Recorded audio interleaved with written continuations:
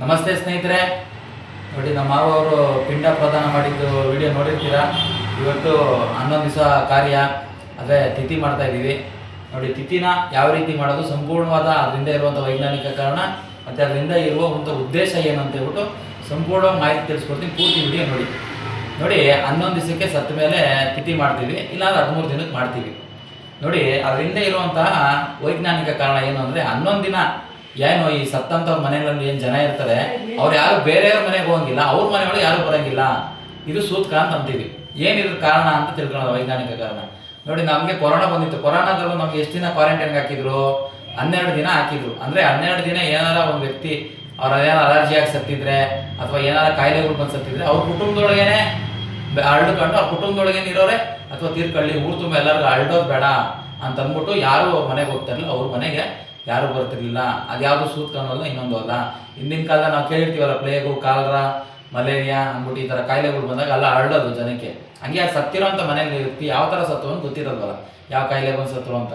ಅದಕ್ಕೆ ಆ ಮನೇಲಿ ಆ ಕುಟುಂಬದಲ್ಲಿ ಯಾರು ಅವ್ರು ಯಾರ ಮನೆಗೂ ಹೋಗಿಲ್ಲ, ಅವ್ರ ಮನೆಗೆ ಯಾರು ಬರೋಂಗಿಲ್ಲ. ಅದಕ್ಕೆ ಈ 12 ದಿನ ಏನೊಂದು ಗ್ಯಾಪು. ಆಮೇಲಿಂದ ಮನೆಯೆಲ್ಲ ಏನು ಸತ್ತಿರೋ ಮನೆಯೆಲ್ಲ ವಾಸನೆ ಆಗಿರ್ತದೆ ಅಥವಾ ಬ್ಯಾಕ್ಟೀರಿಯಾ ಆಗಿರ್ತದೆ, ಅದಕ್ಕೋಸ್ಕರ ಏನು ಪೈಂಟ್ ಹೊಡ್ಸ್ಕೊಂಡು ಎಲ್ಲ ಮನೇನ ಸಿದ್ಧ ಮಾಡ್ಕೊತಾರೆ. ಅದೇ ರೀತಿ ನಾವು ಸಹ ಮನೇನ ಪೈಂಟ್ ಹೊಡ್ಕೊಂಡು ಸಿದ್ಧ ಮಾಡ್ಕೊಂಡಿದ್ದೀವಿ. ನಂತರ ನೆಕ್ಸ್ಟು ನಾವೇನು ಪಿತೃಪಕ್ಷಕ್ಕೆ ಊಟ ಇದು ಮಾಡಿ ಪೂಜೆ ಮಾಡ್ತೀವಿ, ಅದೇ ಥರ ಸೇಮ್ ಟು ಸೇಮ್ ಅಷ್ಟೇ, ಇನ್ನೇನು ಇಲ್ಲ. ನೋಡಿ, ಅವ್ರೇನೇನು ಬಟ್ಟೆ ಹಾಕಂದ್ರೆ ಒಂದು ಬಟ್ಟೆ, ಇನ್ನೊಂದು ಊಟ ಪದಾರ್ಥಗಳು ಇಕ್ಕೋದು, ಇಕ್ಬಿಟ್ಟು ಅವ್ರಿಗೊಂದು ಧನ್ಯತಾ ಭಾವ. ನೋಡಿ, ಈ ಸತ್ತಂಥ ವ್ಯಕ್ತಿಗಳಿಗೆ ಅವ್ರಿಗೆ 12 ದಿನ ಅವ್ರಿಗೆ ಏನು ಯಮಲೋಕದ ಪಯಣ ಇರ್ತದೆ, ಅದಕ್ಕೆ ನಾವು ಚೆನ್ನಾಗಿ ಪೂಜಾ ಕಾರ್ಯಗಳು ಮಾಡಬೇಕು, ಇಲ್ಲಾಂದ್ರೆ ಅವ್ರಿಗೆ ಸುಗಮವಾಗಿ ಸಾಗಲ್ಲ, ಅದು ಇದು ಅಂತೆಲ್ಲ ಹೇಳ್ತಾರೆ. ಅದು ಯಾವುದು ನಂಬೋದಕ್ಕೆ ತರ್ಕಕ್ಕೆ ನಿಲ್ಕೋದು. ಯಾಕಂದರೆ ಇಡೀ ಜಗತ್ತಿಗೆ, ಇಡೀ ದೇಶಕ್ಕೆ, ಎಲ್ಲರೂ ಇಡೀ ಏನು ಪ್ರಪಂಚದಲ್ಲಿ ಎಲ್ಲ ಜನಗಳು ಒಂದೇ ಥರದ ಕಾನೂನು ಆಗಬೇಕಲ್ವ, ಅಲ್ಲ ಒಂದೇ ಥರದ ರೂಲ್ಸ್ ಇರಬೇಕಲ್ವ. ಹಿಂಗೆ ಸತ್ರ ಹಿಂಗೆ ಹೋಯ್ತಾರೆ, ಒಂದೊಂದಕ್ಕೆ ಒಂದೊಂದು ಇದೆ. ಅಂದರೆ ನಾವೇನು ಧನ್ಯತಾ ಭಾವ ಅಷ್ಟೇ ಹಿರಿಯರಿಗೆ. ಆ ಸತ್ತವ್ರು ನರ್ಕಕ್ಕೆ ಹೋಯ್ತಾರೋ ಸ್ವರ್ಗಕ್ಕೆ ಹೋಯ್ತಾರೋ ಅದು ಇಲ್ಲದೇ ಇರೋ ವಿಚಾರ. ಬದುಕಿದಂಥ ಸಂದರ್ಭದಲ್ಲಿ ಅವ್ರು ಎಷ್ಟು ರೀತಿನ ಬಾಡಿ ಬದುಕಿರ್ತಾರೋ ಒಂದೇ ದೊಡ್ಡ ಇಂಪಾರ್ಟೆಂಟು. ಏನೊಂದು 14 ದಿನ ಏನು ಋಷಿಮುನಿಗಳು, ಸಾಧು ಸಂತರುಗಳು, ಸಿದ್ಧರುಗಳು ಹೇಳಿದರೆ 14 ದಿನ ಸತ್ತಿರಂಥ ವ್ಯಕ್ತಿಗಳು ಇರ್ತಾರೆ. ಆಮೇಲಿಂದ ಅವರು ಇನ್ನೊಂದು ದೇಹನ ಪಡ್ಕೊಂಡು ಹೋಗ್ತಾ ಇರ್ತಾರೆ ಅಂತ. ಅಂದರೆ ಹೆಂಗೆ ಈ ಶೆಲ್ಟು ಈ ದೇಹನ ಪಡ್ಕೊತಾ ಇರೋದು ಆತ್ಮ ಪಡ್ಕೊಂಡು ಈ ಶೆಲ್ಟ್ ಹೆಂಗೆ ಬದಲಾಯಿಸ್ಕೊಂಡು ಹೋಗ್ತದೆ, ಹಂಗೆ ಬದಲಾಯಿಸ್ಕೊಂಡು ಇನ್ನೊಂದು ಆತ್ಮ ಪಡ್ಕೊಂಡು ಅವರ ಕರ್ಮಾನುಸಾರ ಅವ್ರು ಏನು ಮಾಡಿರ್ತಾರೋ ಅದ್ರ ತಕ್ಕನಂಗೆ ಜನ್ಮ ಪಡ್ಕೊಂಡು ಮುಂದಕ್ಕೆ ಹೋಗ್ತಾ ಇರ್ತಾರೆ. ಅದಕ್ಕೇ ಭಗವಂತನ ಧ್ಯಾನ, ಈ ಮನುಷ್ಯನ ಜನ್ಮ ನಾವು ಪಡೆದಿರೋದೇ ಭಗವಂತನ ಧ್ಯಾನ, ಭಗವಂತನ ಸ್ಮರಣೆ, ಭಗವಂತನ ಚಿಂತನೆ ಮಾಡಿದ್ರೆ ಎಲ್ಲೋ ಲಕ್ಷಕ್ಕೋ ಕೋಟಿಗೋ ಒಬ್ಬೊಬ್ಬರು ಹೋದ್ರೆ ಹೋಗ್ಬೋದು, ಬಿಟ್ಟರೆ ಬಿಡ್ಬೋದು. ಅದು ಭಗವಂತನ ಮಾತ್ರ ಗೊತ್ತು. ಭೂಮಿ ಮೇಲಿರೋ ಮನುಷ್ಯರಿಗೆ ಯಾರು ಸಹ ಹೇಳೋಕ್ಕಾಗಲ್ಲ ಸ್ವರ್ಗಕ್ಕೆ ಹೋದ್ರ ನರ್ಕಕ್ಕೆ ಹೋದ್ರ ಅಂತ. ನಾನೊಂದು ಕಂಡುಹಿಡಿದಿದ್ದೀನಿ, ಏನು ಜನ ಸ್ವರ್ಗಕ್ಕೆ ಹೋದ್ರ ನರ್ಕಕ್ಕೆ ಹೋದ್ರ ಅಂತ. ಯಾರಾನ ವ್ಯಕ್ತಿ ಸತ್ತು ಬಿದ್ದಿದ್ರೆ ಲಕ್ಷಾಂತರ ಜನ ಗುರುತು ಪರಿಚಯ ಇಲ್ಲ ಅಂದ್ರೂ ಅವ್ರ ಹೆಸರು ಕೇಳಿ ಸತ್ತೋದಂಥ ಕರುಣೆಯಿಂದ ಎಂಥ ಒಳ್ಳೆ ವ್ಯಕ್ತಿ ಸತ್ತೋಗ್ಬಿಟ್ನಲ್ಲಪ್ಪ, ನನ್ನ ಜೀವ ಕಳ್ಕೊಂಡು ಭಗವಂತ ಅವ್ರನ್ನ ಉಳಿಸ್ಬೇಕಾಯ್ತಾನೆ, 4 ಜನ ಸಹಾಯ ಆಗೋದು ಅಂತ ಯಾರಾನ ಬಾಯಲ್ಲಿ ಬಂದೈತೆ ಅಂದರೆ ಅವ್ನು ಸ್ವರ್ಗಕ್ಕೆ ಹೋಗೋಣ ವ್ಯಕ್ತಿ ಅಂತ. ಸತ್ತಾಗ 4 ಜನ ಯಾರೂ ಬಂದಿಲ್ಲ, ಎಣ ಹೊರಕ್ಕೂ 4 ಜನ ಸಿಕ್ಕಿಲ್ಲ, ಯಾರು ಒಂದು ದೊಡ್ಡ ನೀರು ಹಾಕಿಲ್ಲ ಅಂದ್ರೆ ಆ ವ್ಯಕ್ತಿ ಬದುಕಿದಂಥ ಸಂದರ್ಭದಲ್ಲಿ ಮನೆಯವ್ರಿಗೂ ಗೋಳಿಕೊಂಡು ಕುಟುಂಬಕ್ಕೂ ಹಿಂಸೆ ಕೊಡ್ಕೊಂಡು ನಾವು ಏನು ಸಮಾಜಕ್ಕೆ ಯಾವುದೇ ರೀತಿ ಒಳ್ಳೆ ಕೆಲಸ ಮಾಡಿಲ್ಲ ಅಂತ. ಇಷ್ಟೇ, ಆ ಎಣ ಏನು ಸತ್ತು ಬಿದ್ದಿರ್ತಾರೆ ಆ ಎಣದ ಮುಂದೆ ಗೊತ್ತಾಗ್ಬಿಡ್ತದೆ ಸ್ವರ್ಗಕ್ಕೆ ಹೋಗೋರು ನರ್ಕಕ್ಕೆ ಹೋಗೋರು ಅಂತ. 4 ಜನ ಹೆಚ್ಚಾಗಿ ಸೇರಿ ಎಲ್ಲರೂ ಏನು ಹೃದಯಪೂರ್ವಕ ಭಾವನೆಯಿಂದ ಸ್ಪಂದಿಸ್ತಾ ಇರ್ತಾರೆ. ಅವ್ರು ಚೆನ್ನಾಗಿ ಭಾಳ ಬದುಕಿದ್ರು, ಅವರು ಸ್ವರ್ಗಕ್ಕೆ ಹೋದ್ರು ಹೋಗಿರ್ಬೋದು, ಹೋಗದೇ ಇರ್ಬೋದು, ಜನನೇ ಬಂದಿನ ಅವ್ರು ನರ್ಕಕ್ಕೆ ಹೋಗೋರೆ ಅಂತ ಅರ್ಥ. ಇಷ್ಟೇ, ತುಂಬ ಸರಳ ಅದು. ನೋಡಿ, ನಂತರ ನೋಡಿ, ನಾವೀಗ ದಾಸಪ್ಪನ ಕರೆಸೋ ಅಥವಾ ಪುರೋಹಿತರನ್ನ ಕರೆಸಿ ಪುಣ್ಯ ಮಾಡಬೇಕು ಅಂತ ಅಂದ್ಬಿಟ್ಟು ಹೇಳ್ತಾರೆ. ಅದರಲ್ಲಿ ಏನು ದೊಡ್ಡ ಮೂಢನಂಬಿಕೆ ಅಂದರೆ ಆ ಬಲಿ ಮಾಡಿಸ್ರಿ, ಈ ಬಲಿ ಮಾಡಿಸ್ರಿ, ಬೆಳ್ಳಿದು ಏನು ಗೋ ಕೊಡಿ, ಮತ್ತು ಪಂಚೆ ಕೊಡ್ರಿ, ಶಲಿಯ ಕೊಡ್ರಿ, ಚಪ್ಪಲಿ ಕೊಡ್ರಿ, ಛತ್ರಿ ಕೊಡ್ರಿ, ತರಕಾರಿ ಕೊಡ್ರಿ, ನಾಣ್ಯ ಕೊಡ್ರಿ, ಆ ದೇವಸ್ಥಾನಕ್ಕೆ ಹೋಗ್ರಿ, ಈ ದೇವಸ್ಥಾನಕ್ಕೆ ಹೋಗ್ರಿ, ಆ ಹೋಮ ಮಾಡಿಸ್ರಿ, ಇದೆಲ್ಲ ಮೂಢನಂಬಿಕೆ ಬರೆಸಿ ನಮಗೆ ಭಯ ಬೆಳೆಸ್ಬಿಡ್ತಾರೆ.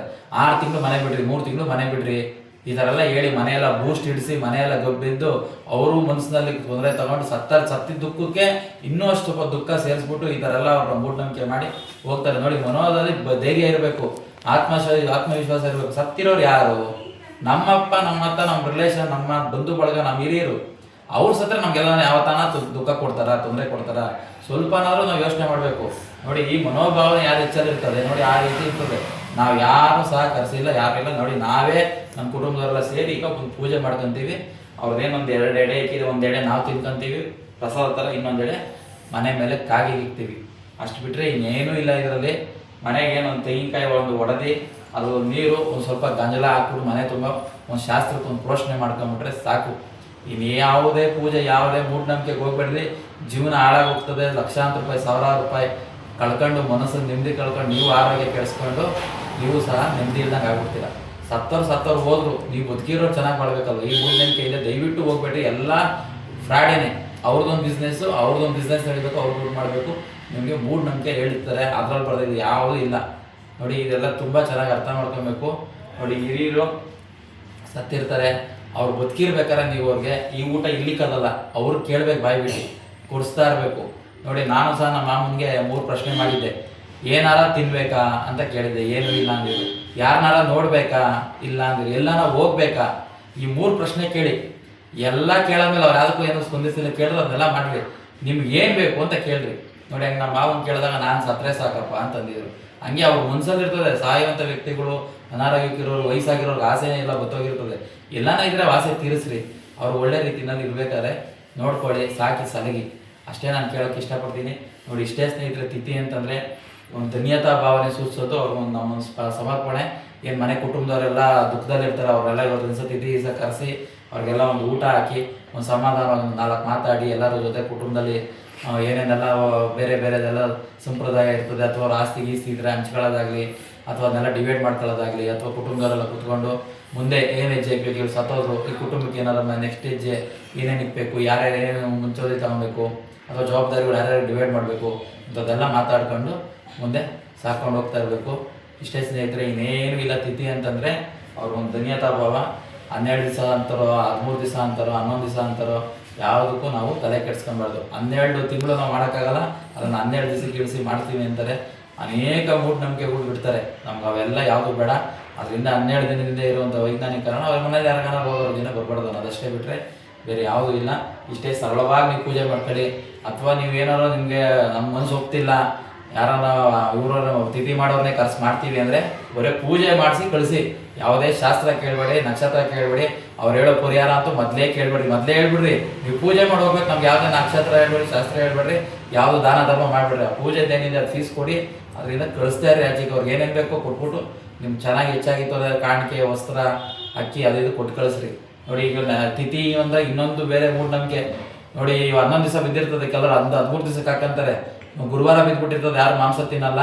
ಶುಕ್ರವಾರ ಭಾನುವಾರ ಇಕ್ಕೊಳ್ಳೋದ, ಅಥವಾ ಸೋಮವಾರ ಬಿದ್ದುಬಿಟ್ಟೈತೆ ಮಂಗಳವಾರ ಇಕ್ಕೊಳ್ಳೋದ ಅಂತ ನೆಂಟರುಗಳು ನೋಡಿ. ಸತ್ತಿರೋರು ದುಃಖದಲ್ಲೇ ನಳ್ತಾ ಇರ್ತಾರೆ ಮನೆಯವರು. ಇವ್ರು ತಿನ್ನೋದಕ್ಕೋಸ್ಕರ ಮಟನ್ ಊಟ ಅದು ತಿನ್ನೋಕೆ ಇವೆಲ್ಲ ಹೇಳ್ತಾರೆ.